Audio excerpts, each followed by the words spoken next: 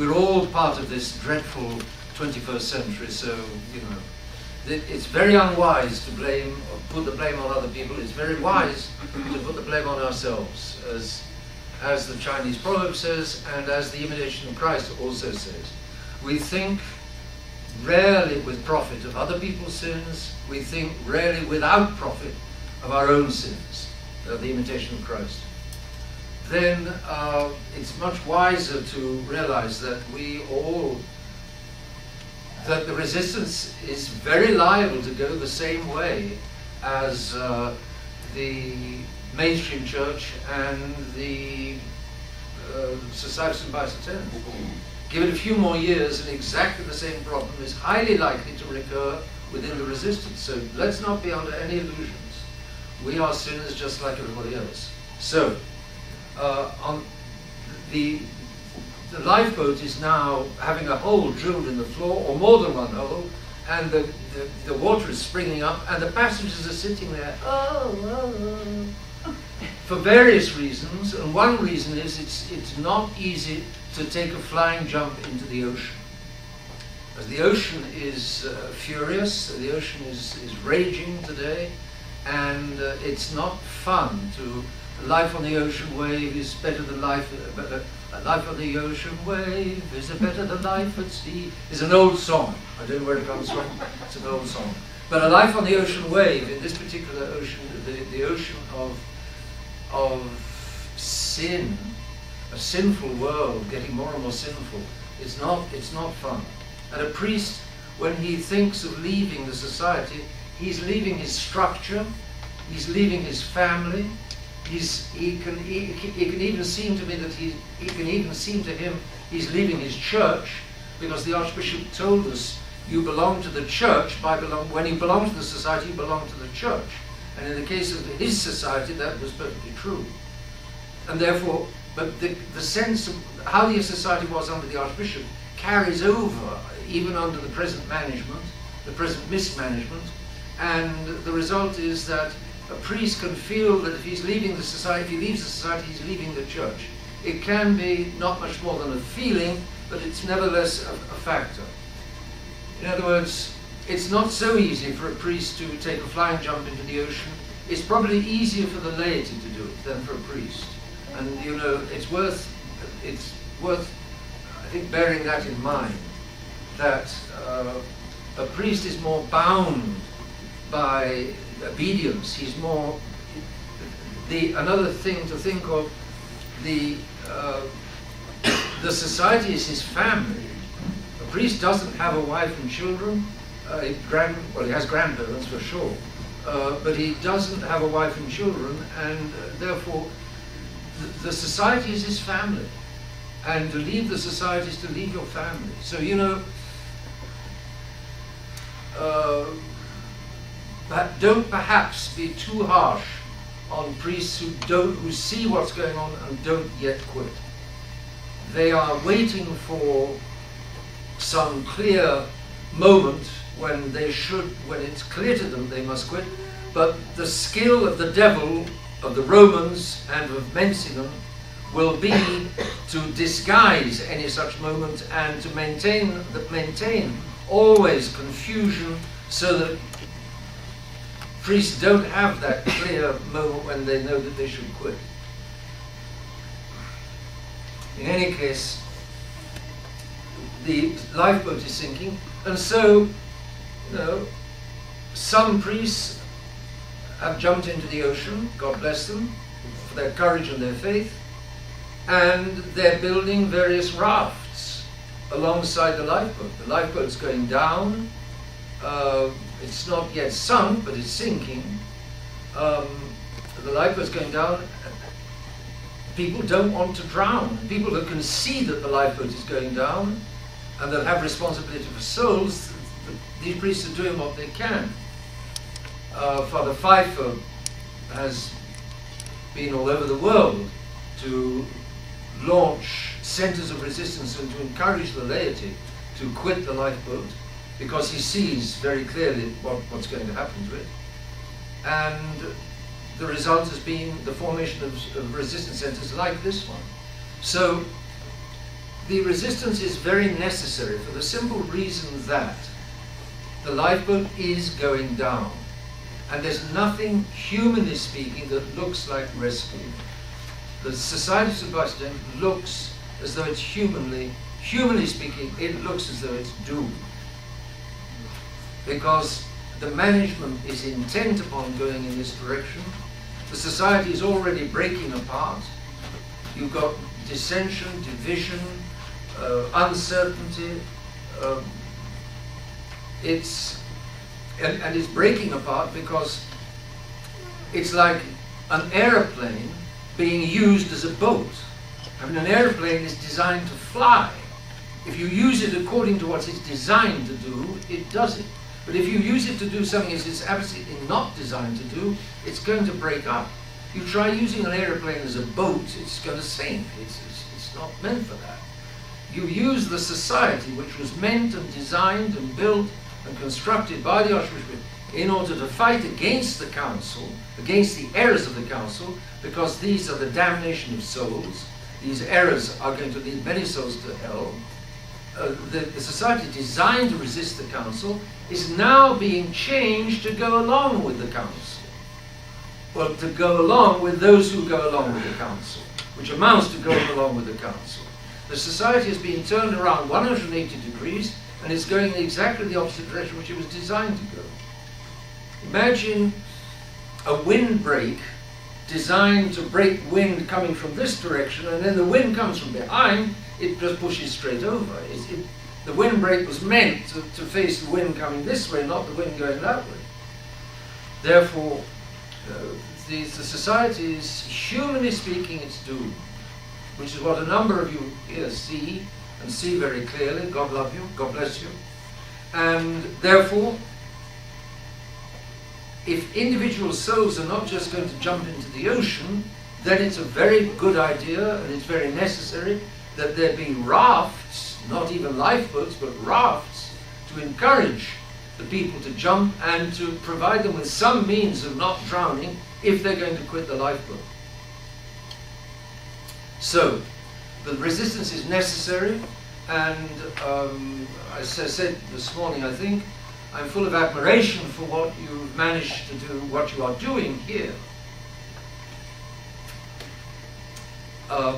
And the question then turns, to the future. Now, the resistance, quote unquote.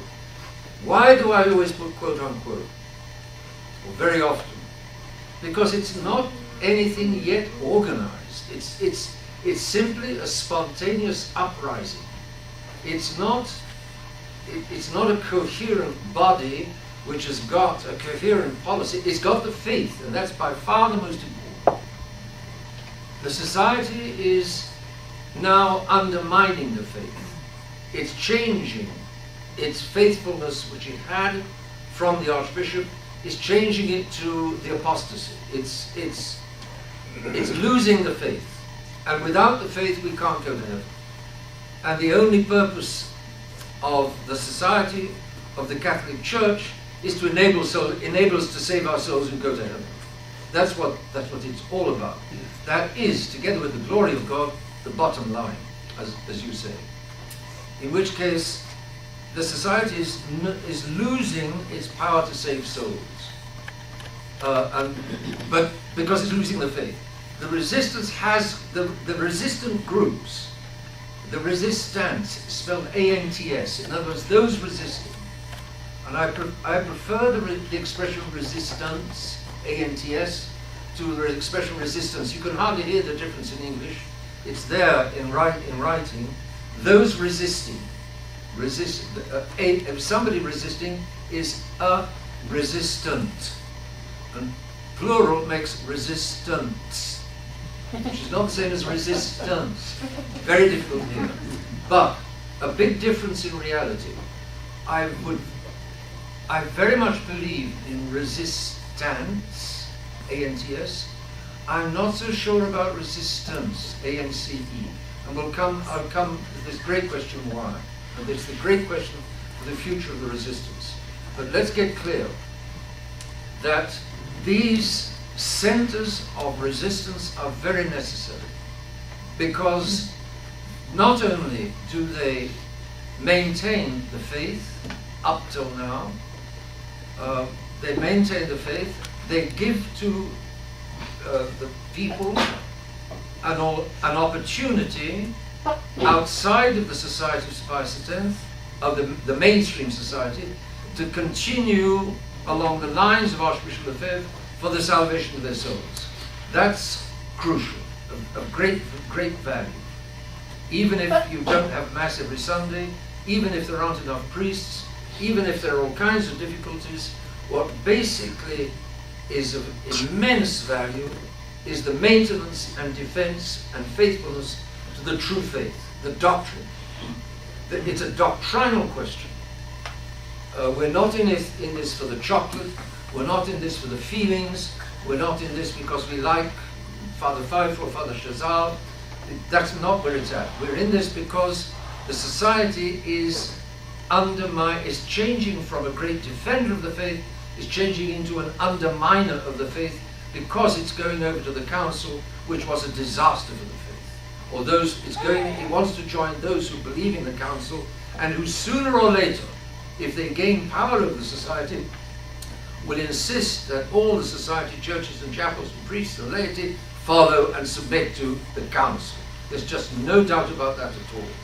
It's happened in every case with the other traditional groups that have gone back to Rome, back to Conciliar Rome. It's a certainty. Therefore, it's your right to quit the society, your right to group together and do what you can to organize the keeping of the faith, the truth, the faithfulness to doctrine, to Catholic doctrine. Doctrine which excludes the religious liberty of Vatican II, which excludes Bishop Philly saying, oh, religious liberty is a very, very limited thing, which is what he said on television in public. It's not a very, very limited thing. Religious liberty means that Jesus Christ is not necessarily God, because it means the liberty to choose my own religion, which means that the religion of Jesus Christ is not necessarily the one and only true religion, which means that Jesus Christ is not necessarily God. So religious liberty is a huge thing. Even the religious liberty as they then start weaseling with words and say, yes, well, the way it was said in Vatican II is not really all that bad. The way it was said in Vatican II was designed to open the door wide to deny the divinity of our Lord Jesus Christ. That's just the way it is. It's a doctrinal problem. It's a very, very serious and grand and deep doctrinal problem. And it's not just a question of feelings or of likes and dislikes. It's a question of getting to heaven or not getting to heaven. All right. Then that's the need. But that's why there is an absolute need for laity and priests to see this and to take action. Otherwise, they gravely risk, little by little, sliding, just like so many good priests after Vatican II. So let's get very clear. The resistance in the abstract is necessary, and concrete action is needed to defend the faith. You are doing what you can, and what you're doing is, as best I can judge, just dropping in like this, admirable. But the problem is this. The problem is authority. The problem is a problem of authority. The Catholic Church runs on authority. It runs firstly on doctrine, but then, to maintain the doctrine, it runs immediately afterwards on authority. Now, the authority is for the doctrine. Go and teach all nations. At the end of the Gospel of St. Matthew, our Lord tells his apostles, I want you to go and teach, this is just before his ascension, go and teach all nations whatsoever things I have commanded you,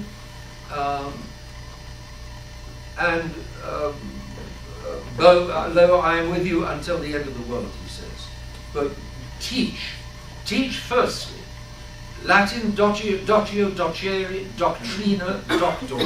A doctor was originally a teacher rather than a medical, somebody who looked after illnesses. That's the original meaning of doctor, is a teacher. Doctrine is teaching. So, going, teach all nations. Doctrine is primary. What first makes a Catholic is doctrine. Because what first makes a Catholic is the faith. It's not his colour, it's not his age, it's not his intelligence, it's not his nation, it's not whether he's Jew or Gentile, it's what he believes. Catholics are united firstly by what they believe. Secondly, by the sacraments that they receive, because they believe. I believe in Jesus Christ, and therefore I will do what he says. He says to me, be baptized if you want to be saved. I will go and be baptized. I will go and receive the sacraments. Doctrine, sacraments. And thirdly, hierarchy. So the church is defined as a society, the Catholic Church is defined a society of people united by the faith, by sacraments, and by hierarchy. Hierarchy means a pope, cardinals, bishops is the pyramid of authority.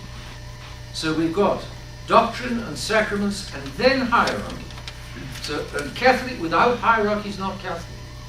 A Catholic without faith is absolutely not Catholic. Without the sacraments, he's not going to be Catholic. He's at least baptized,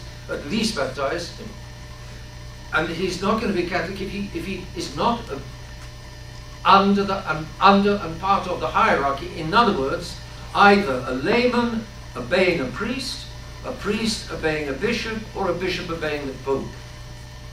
Okay. Therefore, Catholics naturally look to authority. They naturally look for, a layman naturally looks for a priest to listen to, obey. A priest naturally needs and looks to a bishop to obey. A bishop naturally looks to and seeks a pope to obey. Obedience. Our Lord was obedient unto the cross. He was absolutely obedient to his Father. And he designed his church to function on obedience and authority. Authority and obedience correspond to one another. And you may remember from the Gospel the marvelous example of the Roman centurion who had a servant that was sick, and he heard about our Lord Jesus Christ, and he came to him and he said, Master, please cure my servant. And our Lord said, well, I'll come to your house and look after him. And the centurion said, Master, you don't need to come to my house. You are a person of authority. I recognize you as a person of authority. Says the centurion, I understand authority. When I say to this soldier, go, he goes. When I say to this one, come, he comes. And when my superior says to me, go or come, I go or come. That was the Roman army, the Roman Empire. Rome built the natural structure of authority, not supernatural, but natural and sane and wise. That's what built the greatness of the Roman Empire, were all of these centurions who naturally obeyed and commanded. Now, in our age, there's a problem with obedience and authority. Democracy undermines that sense. People born and bred in a democracy are not naturally obedient, nor they don't naturally know how to command or how to obey. And that's a problem of the SSPX. But pass on that one. Then, authority is natural to society and it's natural to the church. But it does come after doctrine, because what our Lord says is, going, teach, and then in Mark it says, teach everything I've told you. Those who listen to you will be saved. Those who refuse what you teach will be condemned. It's again in Mark, in the Gospel of Mark, at the very end. It's just before our Lord's ascension, and our Lord undoubtedly said both things. He said both before he ascended, both what's in the Gospel of Mark and what's in the Gospel of Matthew. The one doesn't exclude the other, and therefore that's the importance of obedience. If somebody refuses to listen to the apostles, they won't save their souls. They will be condemned. As my Father sent me, so I send you, says our Lord.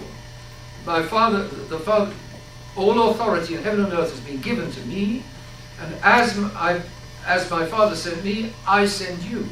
So our Lord Jesus Christ is part of a pyramid of obedience. As a man, he is man and God. He is true God and true man. He is the second person of the Holy Trinity as God, and he is man as the son of the Blessed Virgin Mary. As man, he is underneath God.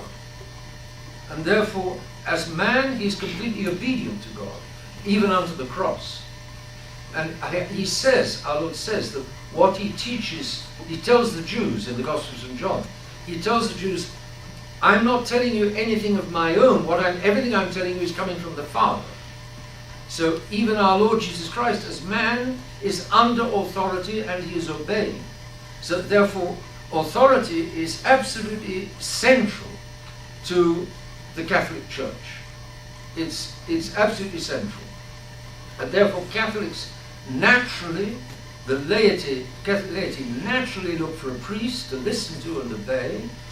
A priest naturally looks for a bishop naturally looks for the Pope. But why does a layman look to a priest? Because he's under a bishop. Why does a priest look to a bishop? Because he's under the Pope. Now we'll come to that point about the founding of the Society of Pius X. When Archbishop Lefebvre founded the society, the society began in a little house in Fribourg, which is a Catholic city in Switzerland, and it has a bishop. The Bishop of Geneva, Lausanne, and Fribourg lives in Fribourg because it's the most Catholic of those three cities. Geneva and Lausanne are both quite fairly Protestant. So the Archbishop, since the society started in that diocese, he went to the bishop, the official bishop, the conciliar bishop, the mainstream bishop under the Pope. He went to Bishop Charrière and he took his statutes, the charter of the society, and he asked for Bishop Charrière's approval. And Bishop Charrière, after 2 months, I think it was, gave his approval. And the Archbishop was surprised to have got it, precisely because the statutes were not in line with Vatican II. It's possible that Bishop Charrière only approved of the statutes because quite soon after he would retire. If Bishop Charrière had been a young bishop, he would probably have known that by approving these statutes of the Archbishop, he would have come under the hammer of Pope Paul VI. He would have been the end of his career as a bishop.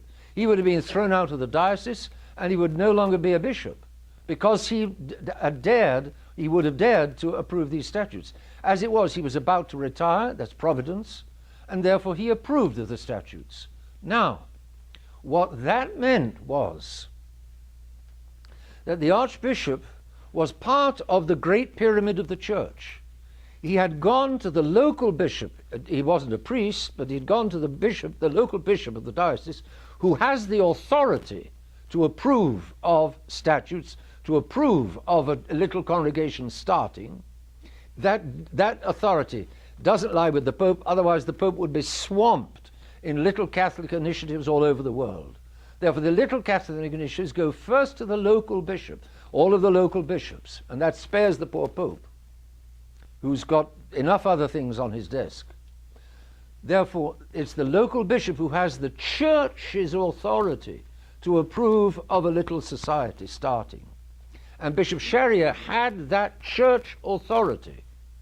And therefore, the Archbishop was like the Roman centurion. He was building himself into the great structure. He belonged to the great structure. And in his judgment, this belonging was confirmed when the following year, the year 71, I think it was, he obtained permission from Rome to incardinate in his little society priests coming from other congregations. At least there were two. Father Urban Snyder, an American, was one of them. some of you may remember Father Urban Snyder. He was with the Archbishop for a few years. And again, if Rome said that the Archbishop could include priests from coming across from one congregation to his congregation, it was again a sign, a clear sign, that he belonged to the Roman Church. This was very important for the Archbishop. I've heard the story, I've not checked it. I've heard the story that when the Archbishop came back from Fribourg to Ancône, which is a different part of Switzerland, not that far away, but nevertheless a different part of Switzerland. When he came to Ancône, he sort of waved the statutes with Bishop Charrier's signature. He waved them in his hand and rejoiced because it was immense for the society. It made an immense difference to the Archbishop because he was not acting on his own. He was not cooking up something of his own. He was receiving authority from above. If you want authority of a priest or a bishop, do believe that the Archbishop also wanted authority. And that authority in the Catholic Church always comes ultimately from the Pope. There is no bishop in the normal Catholic Church who functions aside from the Pope. There's no priest who functions Catholically normally aside from some bishop or aside from some congregation. The Catholic Church is not an enterprise of a structure of freely moving atoms. Everything is under authority, which is why you want authority. But that authority is always from the Pope. If the Pope is not in his right mind, you can't get Catholic authority from above. You just can't get it. It's not, if I went to a conciliar bishop and asked him to start a brilliant new little congregation in line with the ideas of the council, I might not have too much difficulty, except that he knows I'm an anti-Semite and so on and so on. But if I was simply asking to promote the council, all permissions. If I would ask permission to start a little operation against the council, niet, niet, niet, all the red lights, all the stop lights, no permission at all. That's clear. In which case, the church is crippled, the church is paralyzed. Why? Because our Lord built it in such a way that all authority comes down from the Pope. Anybody can do about it, except Our Lady. Our Lady and our Lord, they could give the Pope the grace to come back to his Catholic senses. But they won't do it when they know that the people won't follow the Pope. If the world and the Church and the Catholics don't deserve a decent Pope, it's simply going to increase the damnation and the fault and the guilt of all those Catholics to give them a good Pope that they're then going to disregard, disobey, and throw away. We say Paul VI was not a good Pope. But in 1968, he produced an encyclical which was in line with church teaching, which was a good encyclical, basically. It's got its faults, Humanae Vitae, against unnatural means of birth control, against artificial means of birth control. But the bishops of the world, the priests of the world, and the laity of the world, very few took him seriously. Very few obeyed. Why? Because of the pressures of modern life. It's and because of the whole mentality of modern life. But however you choose to explain it or excuse it, the mass of Catholics, laity, priests, and bishops rose up against Paul VI when he was saying and doing something Catholic, and they said no. And they found all kinds of excuses and reasons to disobey. And they got the theologians to say, well, the Pope has got it wrong, so on, so on. What can God do? God inspires the Pope for a moment. We're in 1968. He inspires Pope Paul VI to do and say and think something Catholic, and everybody says no. It was a moment of great disgrace for the church. And it was a moment of a great fall for the church. Had the Catholics reacted well, had they said, we don't understand, but we'll do what the Pope says because he's the Pope, God might have blessed them. And if they'd said, look, I want to use artificial means of birth control, but I can see what the Pope is saying. I recognize he's right. I recognize I'm wrong. He's right. He's saying what the Church has always said. It's the modern city which is wrong. It's man who is wrong. God is right and man is wrong. If only enough Catholics at that moment had taken that attitude, God would have flooded the Church with grace. And and Pope Paul VI would have been encouraged, and Pope Paul VI might have started to abandon he might have started to abandon all his conciliar nonsense, because he would have seen that there are two religions. There's the Catholic religion, there's the conciliar religion. And he would have been strongly encouraged in the Catholic religion if there'd been a Catholic reaction on the part of all of the Catholic people, priests and bishops, but there wasn't. There was an anti-Catholic. How do you expect God to give a good pope to these people, to these laity, priests and bishops? He can't do it. What he did do in 1970 was to give to the good Catholics a good archbishop. That he did do. And that was proportionate. There are a number of Catholics that did deserve to have a good leader, a good archbishop. But the archbishop turned to the church, the official church, in order to get official permission to do what he did in building the society. That's impossible today. For the resistance, it's impossible to get an authorization which is going to go back to the Pope. The Pope can't do it. Because you can't, Benedict XVI might have wished to give a little quiet permission to the society, but nothing in the Catholic Church remains quiet. Because then the local bishops would have said, what's this man doing? And Bishop Foley would have said, I've got permission from Benedict XVI. What? The bishop would have immediately picked up the phone to Rome. Holy Father, did you give permission to him? What religion do you belong to? Do you belong to our conciliar religion, which you've been backing, or are you belonging to the old Catholic religion? How can you have approved of this? There's nothing. You can't give secret permissions in the Catholic Church in that way. For a public congregation, you can't give a secret permission. So the Pope just can't do it. They're on a different track. The conciliar church, the official church, is on a different track. It cannot approve of anything traditional. And so official authorization is out of the question. All right. You may well say, what about supplied authority, or as it's called, supplied jurisdiction? Jurisdiction is another word, is a word for authority. It comes from the Latin jus, juris, what's right or just, and dico, dicere, dictio. It's the saying of what's right, the saying of what is just. Jurisdiction is the authority to say what is just, to lay down the law. All right, official authorization, authority, and jurisdiction is out of the question for the resistance. Can we use supplied jurisdiction? Can we take that we have supplied jurisdiction? Well, supplied jurisdiction is a little bit delicate. I've got, if I can open up this and get a quote of the Archbishop is on here.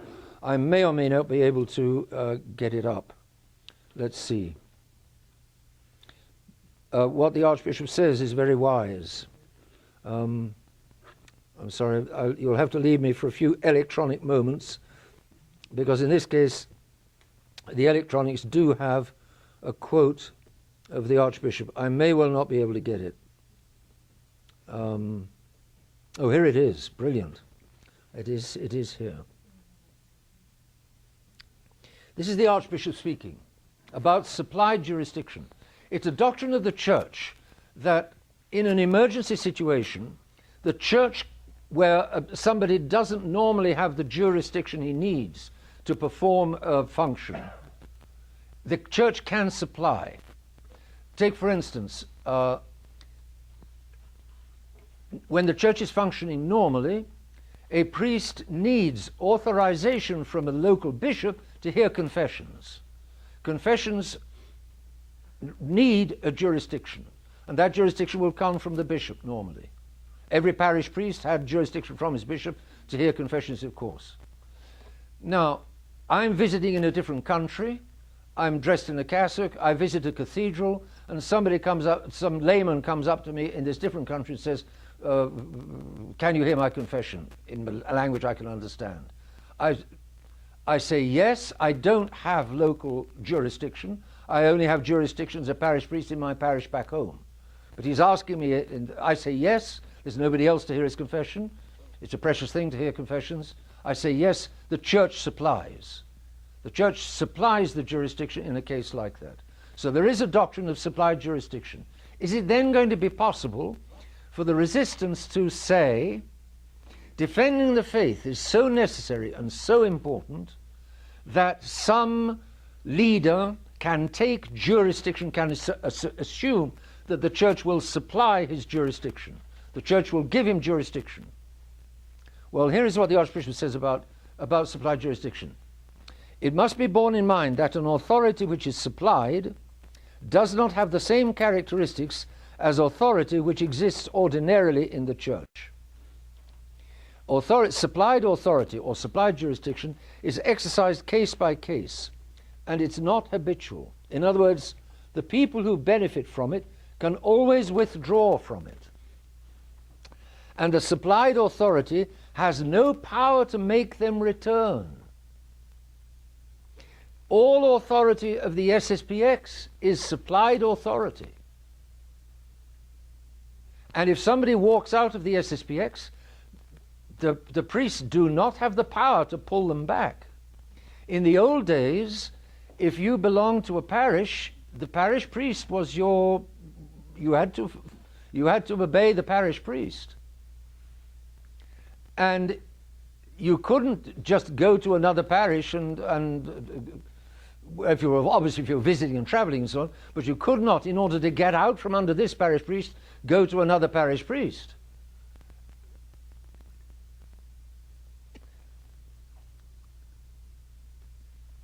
But in the society,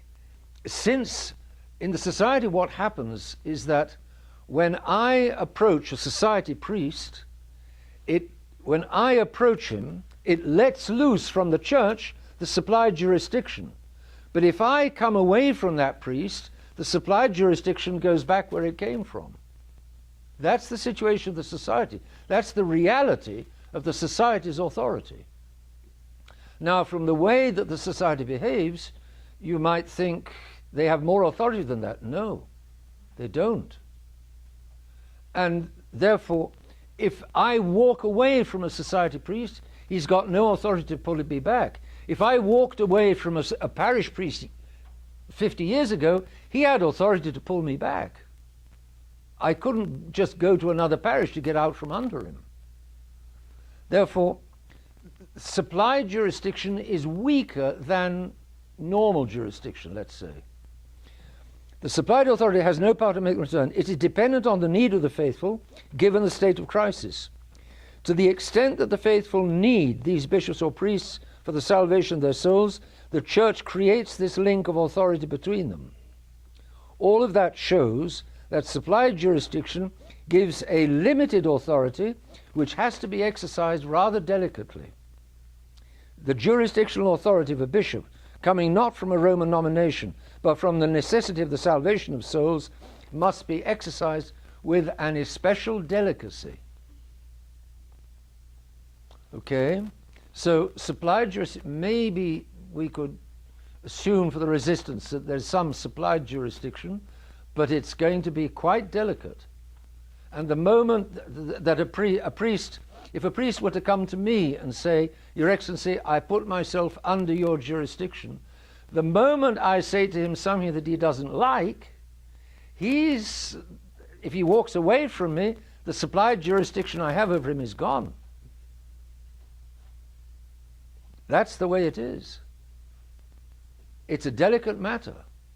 When the Archbishop ran the Society of St. Pius X, his authority over priests inside the society was delicate, because if the society priest walked away from the archbishop had no means of pulling him back.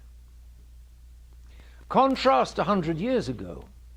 If 100 years ago a parish priest walked away from a bishop and tried to get into another diocese or tried to get into another congregation, if he walked out of the pyramid and then tried to get back into the pyramid somewhere else, he tried to get into another diocese because he liked the bishop in that other diocese, imagine what the bishop of that diocese did.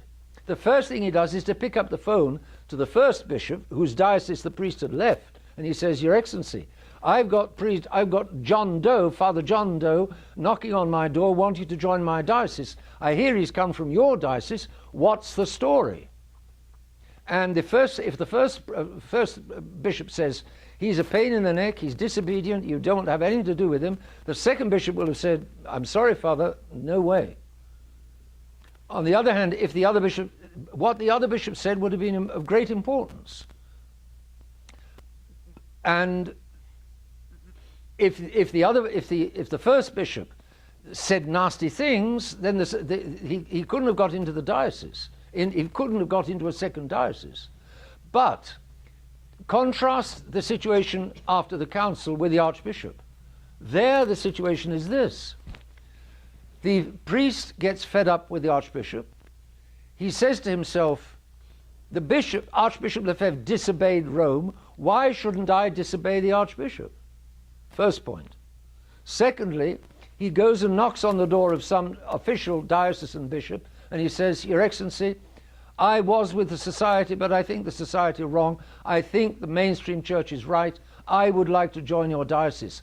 "Oh, goody, goody gumdrop," says the second bishop, because he knows perfectly well that the priests of Archbishop Lefebvre have been well trained, and that he will be a good addition to his diocese, especially if he's now against the society and all for the council.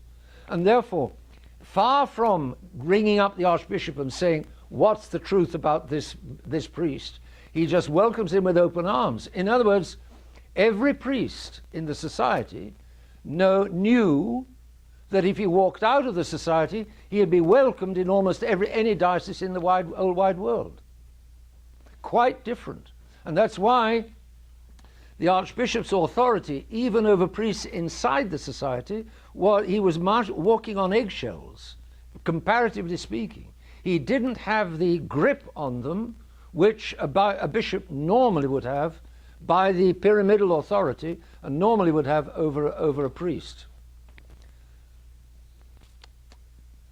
I mention similarly another point in connection with the archbishop and his authority. He was in contact with many priests outside the society who were also fighting against the errors of the council. Good priests, brave priests. There were a few all over the world. I can name two well-known ones in France, Père Barbara and Père Coache. They were both hit the headlines all the time. There you had Father DePore here in the United States, in Long Island or Brooklyn. You have various others. The founder of, I can't think of names, but the archbishop had no authority over them. He was a friend with them. He supported them. He confirmed their children. He looked after these priests as best he could, to the extent that these priests wanted the archbishop to look after him. Father DePore absolutely did not want the archbishop to look after him. The archbishop left him completely alone. Father DePore thought that the archbishop was a Johnny-come-lately. He behaved always and talked as though the society was a Johnny-come-lately. The society left Father DePore alone. If he's doing good work, looking after souls and fighting the council, God bless him, let him continue. But there was no link between the two.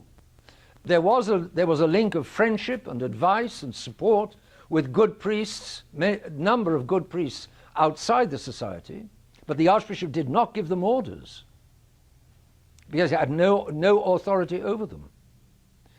Similarly, On the contrary, inside the society, the Archbishop did give orders, I say Mark walking on eggshells to some extent, he did give orders to those seminarians who had joined his congregation and were under the Archbishop as Superior General, with Bishop Charrier's authorization coming ultimately from the Church. There the Archbishop behaved like a superior, and he gave orders and he commanded. And the seminarians and priests mostly obeyed, especially because the Archbishop had such prestige, and he was such an obviously great Catholic bishop. But the moment a priest under the Archbishop wanted to walk out, the Archbishop left him completely alone. So notice two things about the way the Archbishop's authority functioned. One, he exercised no authority over good priests outside of the society. Two, he had a delicate authority even over priests inside his own society. That's a weakening of authority which the Archbishop could do nothing about, because it wasn't his. It was a problem going back. These problems went back to the Pope. And the Pope, none of us can do anything about, except pray for him. Therefore, think, for instance, if you want to think about myself, and if you want to think, for instance, that I should exercise authority, the priests of the society, in what relation do they stand to me? Do they stand like the priests under in the time of Archbishop Lefebvre? Are they more like the priests belonging to the Archbishop's own society, or are they more like the priests outside that the Archbishop never commanded? As far as I'm concerned, priests inside the society were not formed it wasn't my society. I didn't form them. I was never their superior, except for a few who were under me in a seminary. I was never their superior. As far as I'm concerned, the relationship between me and them is much more the relationship between the Archbishop and these priests who were always outside the society. Friendship, contact, advice, support, confirming their children, which is sort of what I'm doing here, but anything more than that, I don't have authority. I don't have authority. I have bishops' orders, but orders are not the same thing as jurisdiction. When the Archbishop consecrated his four ugly ducklings in 1988, he said in the sermon, "I am not giving to these four any jurisdiction. I am only giving to them the fullness of orders," which is bishop's consecration. I am not giving them any jurisdiction. If he had pretended to give them any jurisdiction, he would have been setting up another church. He would have been setting himself up as Pope. The Archbishop was very well aware of the limits of his authority and the limits of what he could do. What he did was heroic, but it was very limited by the fact that it was not approved of by the Pope. And now the Archbishop had an extent of authority over the priests inside his own society. Grand. But I have not founded any society. If I built a society, I wouldn't have the permission from Rome. I'd be doing something of my own. I don't have authority. I cannot have authority. And friendship, advice, contact, support, no problem. Authority, problem. A problem descending from the Pope, which I can do nothing about. Even if all the laity want to obey me, even if all the priests want to obey me, but in the reality of today's situation, let's cross from the theory to the reality. In the reality, can you imagine that commanding resistant priests is like trying to herd cats? Can you imagine? Is it unimaginable? In which case, is it worth trying if it's bound to fail? it may be better not to attempt than to attempt and fail. Some of you may think it would be better to attempt because I might succeed. I don't have the authority. If by some miracle Pope Francis rang me up next week and said, Your Excellency, you and I have had our divergences, but right now I am authorizing you to found a society. You go right ahead for the good of the Church. Holy Father, can I have that in writing? Do you mind if I come to Rome and get that with your signature? Yes, of course. All right, then I'd be on the next plane to Rome. I'd be on the next plane to Rome. But without that, we're up a creek without a paddle. And there's not a solution. So in what's called the resistance movement, you're going to have a problem of authority. Get used to the idea. Yeah, but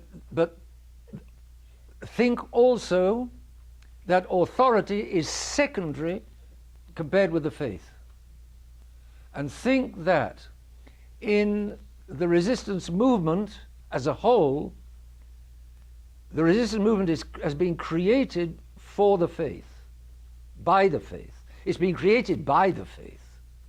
It's laity and priests all over the world that have said, the lifeboat is sinking, it's going the same way as the liner, we've got to jump. And when, a number of souls find themselves together in the ocean, they then say, let's get together, because we've got more chance of not drowning if we get together than if we stay all isolated. By all means. Some of you may have read in one of the Williamson comments, I don't know how long ago, some comments by a very good French Dominican priest who died in 1975, Father Roger Calmel. He was good. He was from a peasant family. He had some common sense, which is quite rare today, because we're living very artificial lives, and common sense is natural. It's something natural.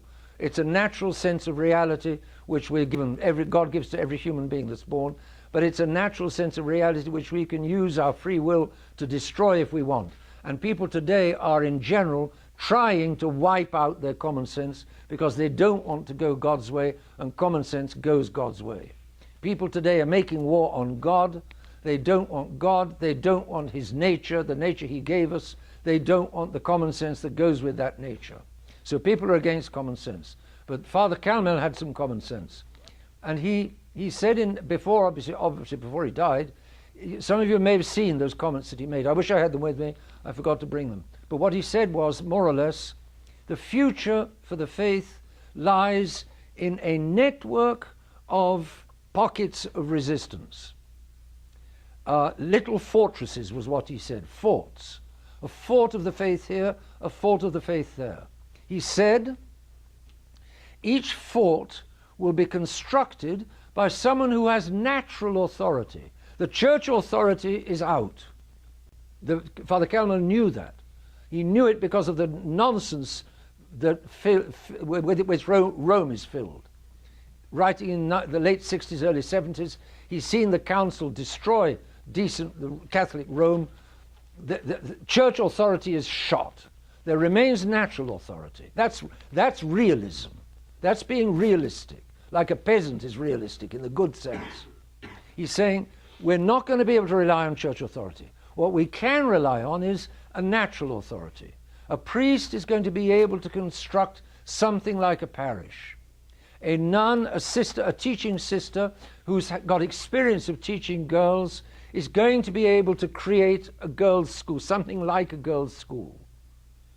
A head of somebody who was once in a congregation is going to maybe be able to build a kind of religious house, gathering together a few people, a few other exiles from his own congregation. In other words, it's going to be a scattering of pockets. You are here already a serious pocket. And he said The forts will be in contact with one another. There will be a coordination. There won't be a subordination. And another, he said, there won't be a subordination because there will be no natural structure of authority. And he said the problem of authority, if you try to construct a national or an international organization, said he, back in the 1970s, if you try to do that, you're going to fail. Because the structure that you're going to try to put together will be no natural, no normal structure. It won't be a parish. It won't be a diocese. It won't be a religious order. He didn't even mention the problem of the Pope. But he said, if you try to, an artificial structure just won't work. Immediately you're going to have divisions. Immediately you're going to have people fighting one another. It's best not to try. Therefore, in my opinion today, I'm not putting any authority behind my opinion. I'm not saying that this is what you've got to think. But in my opinion, realistically today, we should shoot much more, aim much more at a coordinated network of individual forts rather than any attempt at a national or international organization. You're welcome to disagree. Give me your arguments, because of course Catholics need and want authority, but in my opinion, you've got to realize that this is a situation in which we've deserved to lose Catholic authority, and we're not going to get Catholic authority back until, I think until a chastisement. This side of the chastisement, I don't think normal Catholic authority is going to be restorable. Opinion. Maybe some charismatic leader, that's not me, some charismatic leader will emerge. A lot of the Archbishop's authority came from the fact that he always had the right answer. He had great common sense, and he had good judgment, and therefore he normally, if you went to him with a problem, you would lay out the problem, he would think for a few moments, he would listen and think and listen, and then he would come up with usually a very reasonable and creative answer.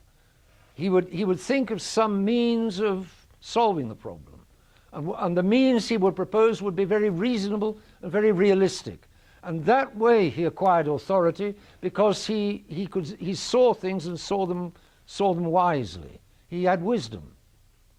Maybe some wise and charismatic leader is going to emerge to lead the Catholic people and priests in the next few years. Maybe.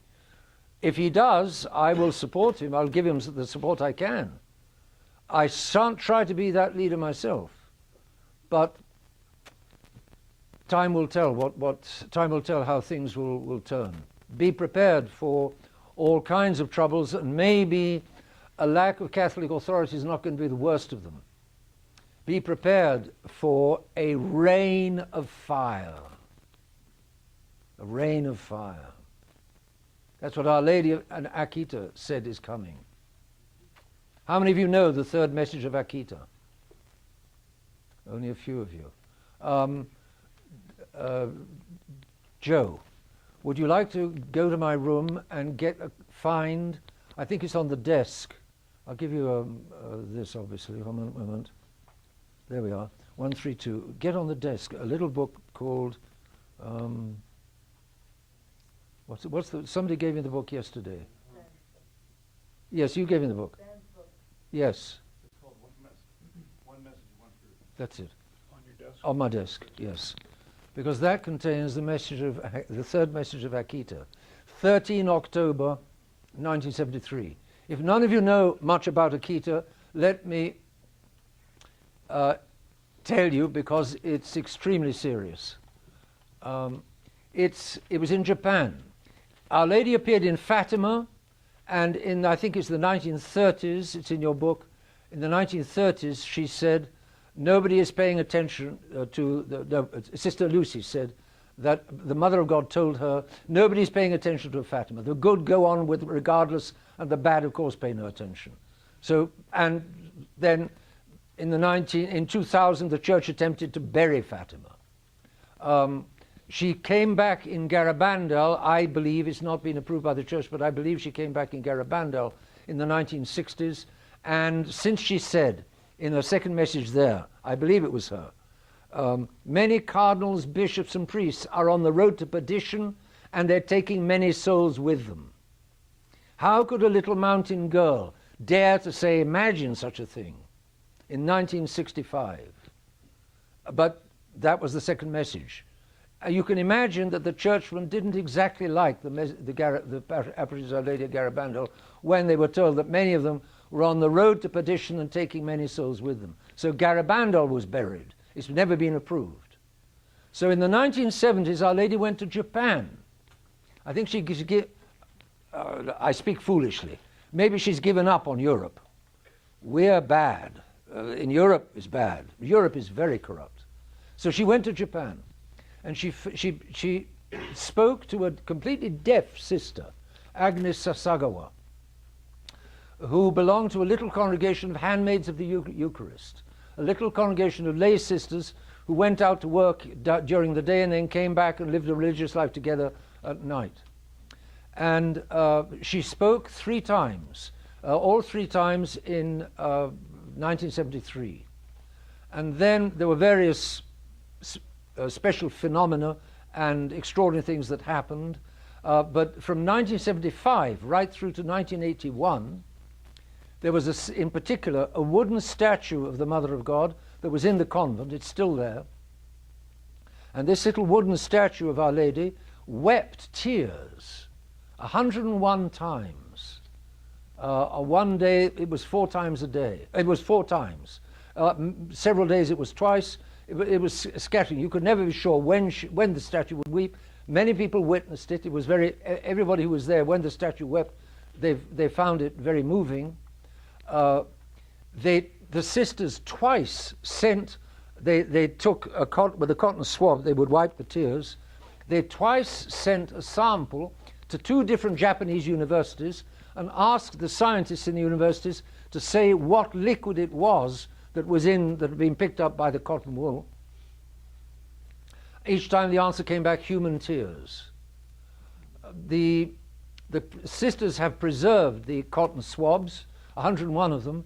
I was there in the convent a few years ago, and if got permission, the sisters, but thanks, that's it, well done. The sisters had been told by the bishop to get rid of burn those cotton swabs. The bishops were against. By a minor miracle, the Bishop of Akita, at the time, Bishop John Shiro Ito, Japanese, was in touch with the sisters. He knew the sisters, and he made himself fully aware of what was happening. And finally, he gave his permission. In 1984, it's in this little book, which I strongly recommend, One Message, One Truth, about the prophecies of the Blessed Virgin at Fatima, Lourdes, Akita, and other approved apparitions. Garabandal is not here because it isn't approved. But Akita is. Let's find Akita, because here, yes, here we are.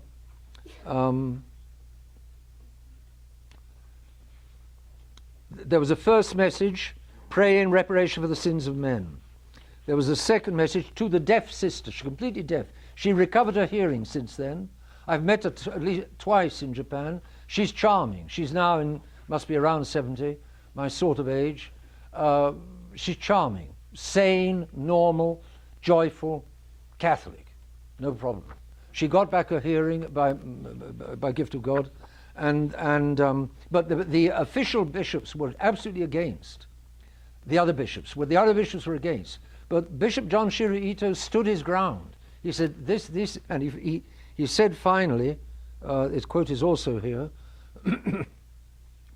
after investigating the events for 8 years, the local bishop John Ito released this statement on April 22, 1984. Quote, I authorize that all of the dioceses entrusted to me venerate the Holy Mother of Akita. In other words, Akita has got official approval by a diocesan bishop, just like the diocesan bishop Sharia. The diocesan bishops are the what do you call it? The working lever. That's not the right word. The working joint. The working joint. Is that an expression for engineers, for mechanics? For mechanics. It's what the church turns on bishops. They are the pivot of the church. They are the absolute pivot of the church. So Bishop Sharia, Bishop John Shiro Ito, both with authority of the church, and he approved the reparations of Akita. Third message. So Our Lady spoke 3 times in 1973 to the completely deaf sister.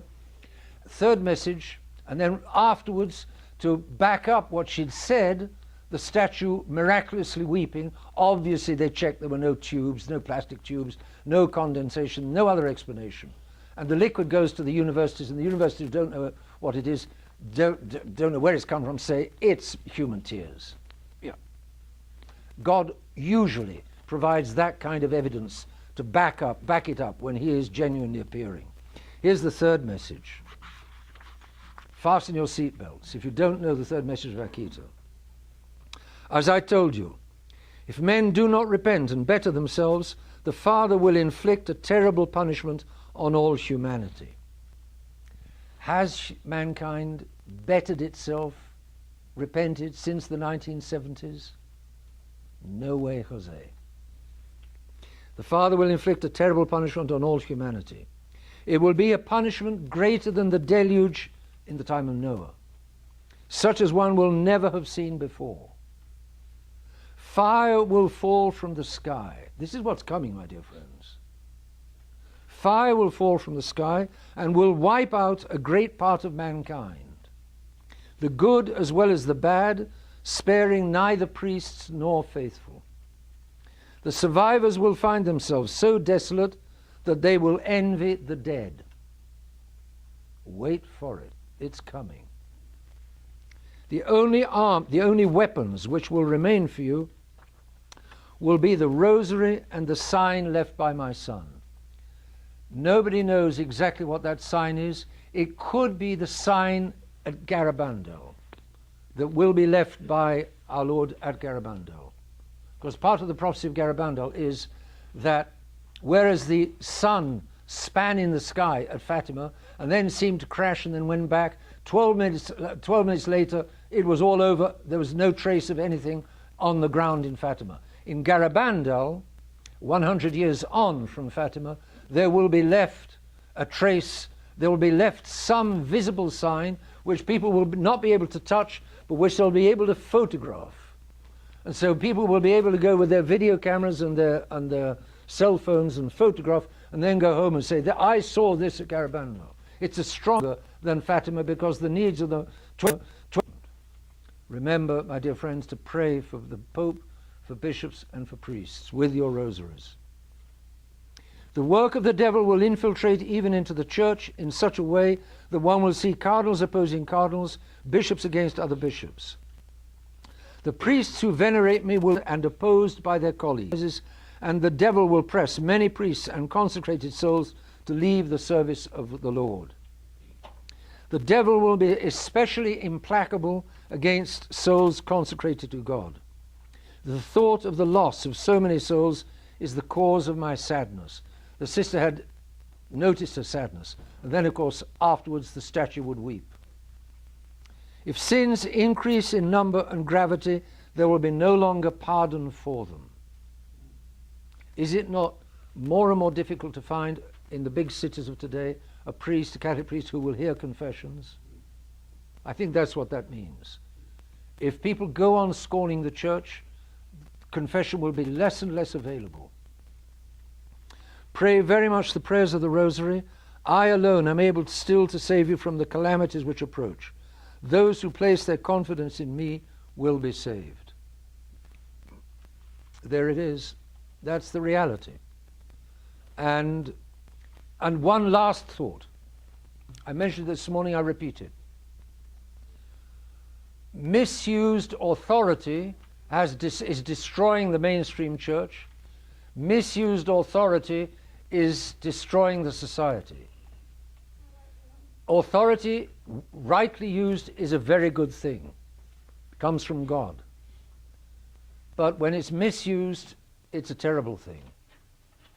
Maybe God doesn't want the resistance to have a structure with authority, because once again the devil would get hold of the man at the top, and then once again the whole structure would fall under the devil because he got the man at the top. I'm not saying, but I'm saying it's a possibility that God wants a network of pockets of resistance. But I'm not saying that's a certainty. I don't know the mind of God.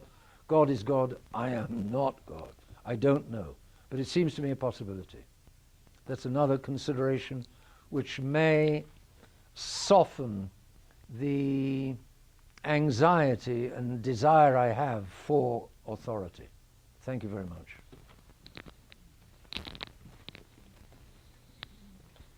Yes. Your Excellency, on that topic of jurisdiction, two items with one question.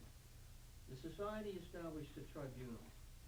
Yes. And the Bishop Fillet is trying to establish some sort of hegemony over the Dominicans and the Capuchins. Aren't those both an abuse of jurisdiction? Isn't Bishop Fillet's attempt to control the Capuchins, Dominicans and Benedictines an abuse of power? Answer quite simply yes. It is an abuse of authority. He is bildet sich ein, they say in German. He's fantasizing that he's got all kinds of authority that he just doesn't have. But he's flowing into a vacuum.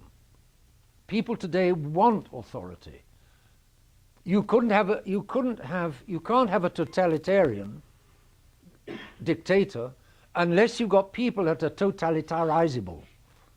If you see what I mean. Today's people, the people today are perhaps in a way more sheep than ever. They've got less common sense, they've got less judgment, they've got less independence than ever. They cry for more independence, but they've got actually less sense of independence than ever. And therefore, Bishop Fillet is flowing into a gap, but he's got no right to do that. And I don't want to flow into any gaps when they're not. The other question you asked is, what about the tribunals? Well, now that's to some extent justified, because if you think about it, for instance, tribunals on marriage cases. Okay, it's a bit of an argument, and you'll need to follow for a moment, but it's not. I don't think it's an abuse of authority. The Archbishop was for that. Souls have got to get to heaven. The Church tells them how to get to heaven. If I am in a false marriage or a true marriage, I need to know if it's true or false. It's a very delicate question. The church, the mainstream church today, I've married Juliet. I thought she was, when I married her, I really thought she was the bee's knees and the cat's whiskers. But after a year, I've discovered she's not. That's not exactly what Juliet is, and I want out. Well, now I began to look at the marriage and say, is this valid or not? Now, the mainstream church is going to say, Juliet didn't know what she was doing when she married you. You didn't know what you were doing when you married her. You were too young. You didn't really know what you were doing. So fine, we'll annul the marriage, no problem. Right? But the church is taking a tremendous responsibility when they do that. Because, for instance, had you met Romeo and Juliet on the morning before they got married, and you'd said to Romeo, you're too young to be marrying, you don't know what you're doing. Imagine what Romeo would have said to me. And if I said the same thing to Juliet, even worse. I mean, try telling her that she doesn't know what she's doing and stuff. You see what I'm saying? I mean, at the time they married, they really did think they knew what they were doing. But now, a year later, because the church wants to please men, the modern church wants to do everything that will please men. Not what will please God, but what will please men. They say they're loosening marriages and dissolving marriages which are not dissolved, which are not before God dissolved. Therefore, if I want to save my soul, Romeo, he wants to get out of Juliet, but he also wants to save his soul. He comes to a priest and he says, I've got to know if I'm really married to Juliet or not. I want out, but I want to save my soul even more than I want out. I love God even more than I no longer love Juliet. So the church is bound to say, I mean, this man who wants to save his soul deserves a proper Catholic judgment upon his situation. He has a right to it from the church. The question is, does society have the authority to grant an annulment? One minute, hold on, just a moment. Just a moment. The question whether there was a marriage or not is an objective question. Okay? Either there was a valid contract at the moment that the contract was made, or it wasn't valid. Whether it was or wasn't is objective, judged by the church rules. The church rules are there, black and white. What happened is there, not black and white, but what happened is what happened. And I can measure what happened against the church's rules. And then I can give. And don't do that, he's certainly not going to get from the church, from the mainstream church, a valid judgment for the saving of his soul. He'll get a judgment that will please him and may also please Juliet, but that's not the question. The question is, how will they save their souls? And that the modern church he can't rely on for. And yet, he knows he's got to save his soul. He knows enough to know that he needs some priest, somebody with some authority, someone who knows the rules to tell him if he's married or not by the rules.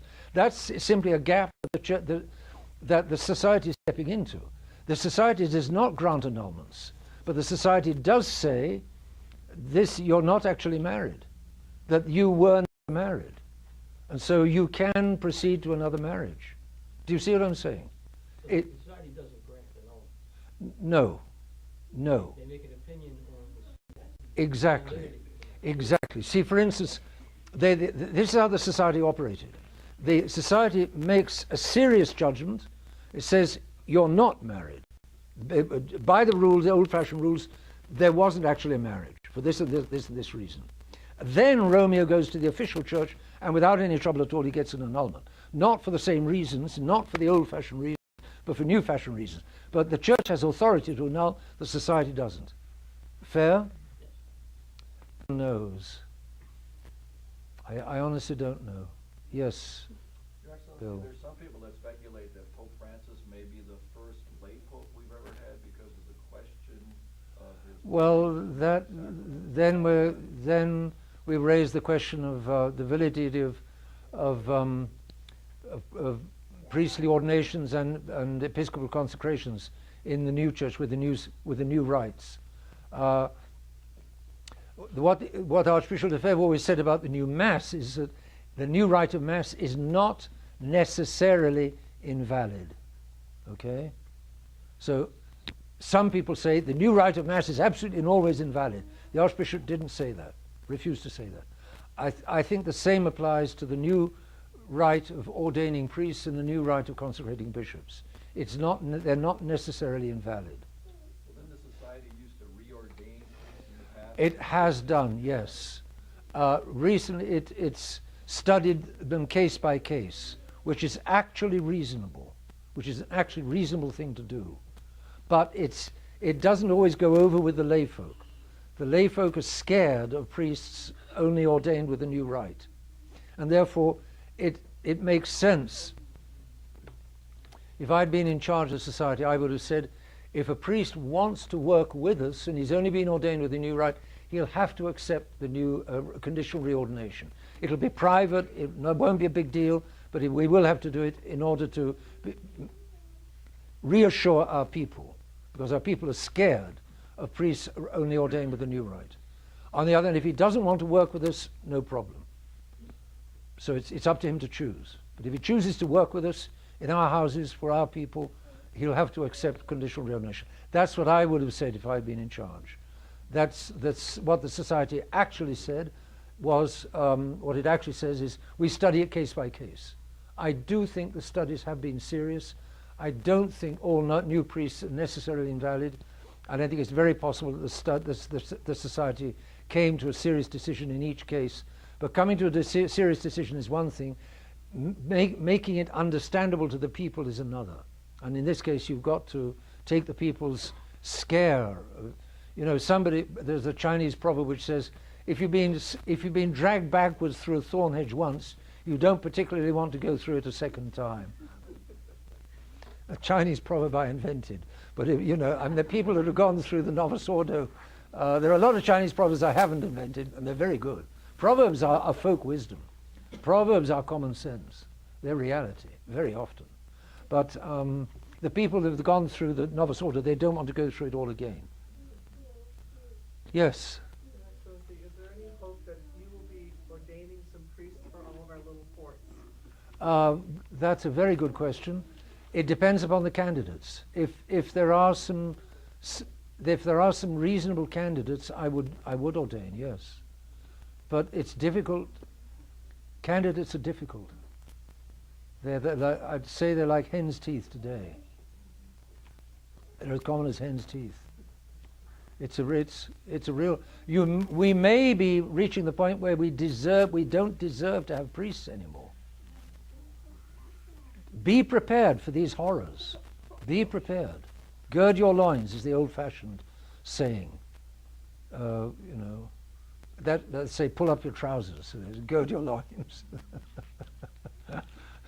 Yes. Yes, Your Excellency, what will you say to someone who is still going to the noble mass, but feel very uncomfortable to do it and get confused about those two, the traditionnel and the noble mass? Well, there you're back to the disputes of the last 30 years. That's not the most recent problems. Well, you've got to take the text of the new Mass and the text of the old Mass and compare them, and try to get somebody to actually look at the two. And one is centered on man and the other is centered on God. It's, you know, get him, if they will, to look at the actual texts. Get him to think, if it's possible. Most people don't want to think. I think the harder thing is not to be able to receive the Lord every day. You know. It's not a right to receive God every day. A pious Catholic very much wishes he can, but if he can't, it's certainly better to wish to receive our Lord every day and not be able than to be able to and not want to. So, you know, we're deprived of many things we would like in today's church. One more question maybe, because I think time is passing. Yes, we reached 8 o'clock, that's 2 hours. So one more question. Yes? Your Excellency, this morning you mentioned in passing that we are all in the 21st century victims of the last 500 years Yes. of liberalism. Yes. Can you speak about the seriousness of that and what we can do about it? Very good question. It's terribly serious because it goes together with the fact that we don't think. What's terribly serious is the loss of grip of truth. Many people today don't believe in truth. They believe everything is an opinion. I'll give you a little example which I always quote. When I was rector of the seminary in Winona, there was an American seminarian from California. You know, they're all freaked out in California. So, but this seminarian was actually smart. And he had a Jewish grandparents, or a Jewish granddad at least, who were supporting him at his seminary. So they were good folk. They were supporting his seminary. They were helping to pay for his seminary. So this seminarian went back home for the Christmas vacation.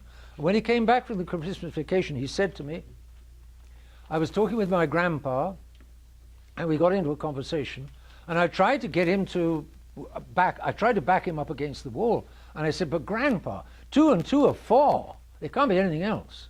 Grandpa's answer to this seminarian, just wait, my dear boy, give our computers a few more years, and we'll see that 2 and 2 aren't necessarily 4.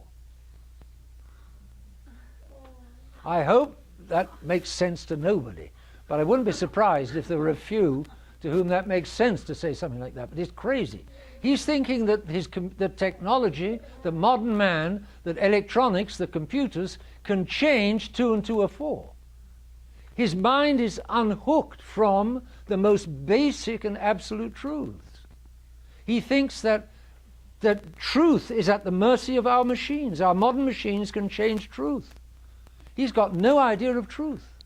He may be a dear man, a good man, love, love, love, but the mind is gone. That's what's so serious about modern man. His mind is gone. He can't grip truth. He can't believe in truth. He believes it's all opinion. He's doing his best to uproot and get rid of common sense. Men and women are as interchangeable as the wheels on a motor car.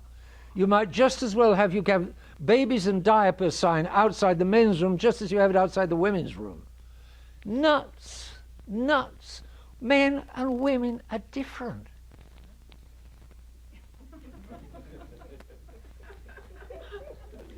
Vive la différence. Long live the difference. We're meant to be different. God designed us that way. There's a marvelous complementarity. But don't tell me that women can use their reason. It's very difficult for them.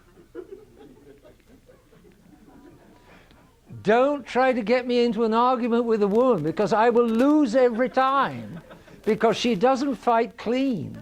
In any argument, she doesn't fight clean. So, you know, they're different. They're just different. In all kinds of ways. And because God designed us different. That's common sense that we're different. You compare a bull with a cow. Compare a ram with a ewe. Compare a cock with a hen. All the peasants on the farm knew the difference between the male and the female. The male struts around and makes a lot of noise and pretends to be very important. It's the woman who has the children and makes the eggs and... there's a huge difference. Modern man is pretending. It's the work of the Masons and the enemies of God. The other enemies of God, who one is not allowed to name. They are working hard to destroy humanity, to destroy the family, to destroy mothers, to destroy maternity, to destroy the difference between men and women. If you haven't got a feminine woman, you're not going to have a maternal woman. If you're not going to have a maternal woman, you're not going to have mothers who know how to love their children and look after children and discipline their children. You're not going to have parents, and you sure enough, the youngsters of today, they shack up, but they don't marry because marriage is a pain in the neck. They can get what they think they want out of being a boy and a girl, but it's not going to be children and family. Because the children and family is being drilled out of them by the wicked modern world, destroying common sense, deliberately destroying common sense. And so you get masculinized women and feminized men, dish rag men and dyke women. You heard the joke about why some years ago, when Clinton was president, why there were so many floods in Washington. Why there were so many floods in the United States. There was a lot of flooding that time. It's because Clinton had taken all the dikes to Washington. So modern man is destroying common sense. He's losing grip on truth. He's not able to think. He's not able to recognize reality. He's in a Disneyland, a fantasy land of man being able to change anything he likes. He can change human nature. He can change water. He can change, with his techniques and his computer, his technology, he can do anything he likes. That's modern man. And if you want to get back to reality, you ask me also the question, what's the cure? The best cure is the rosary. You pray the rosary, and the Mother of God will look after your sense of reality, or give you back your sense of reality, or rebuild your sense of reality. Pray the rosary. You might think that's a surprising answer. You might think, read St. Thomas Aquinas. No, pray the rosary. And the Mother of God will keep you real, keep you in reality. Pray 15 mysteries a day. That's the last word. Watch and pray, 15 mysteries every day. Bill, time out. We'll say a prayer and then we'll be on our way. Hail, Holy Queen, Mother of mercy, hail our life, our sweetness and our hope. To thee do we cry, poor banished children of Eve. To thee do we send our sighs, mourning and weeping in this valley of tears. Turn then, most gracious advocate, thine eyes of mercy towards us, and after this our exile show unto us the blessed fruit of thy womb, Jesus. O clement, O loving, O sweet Virgin Mary.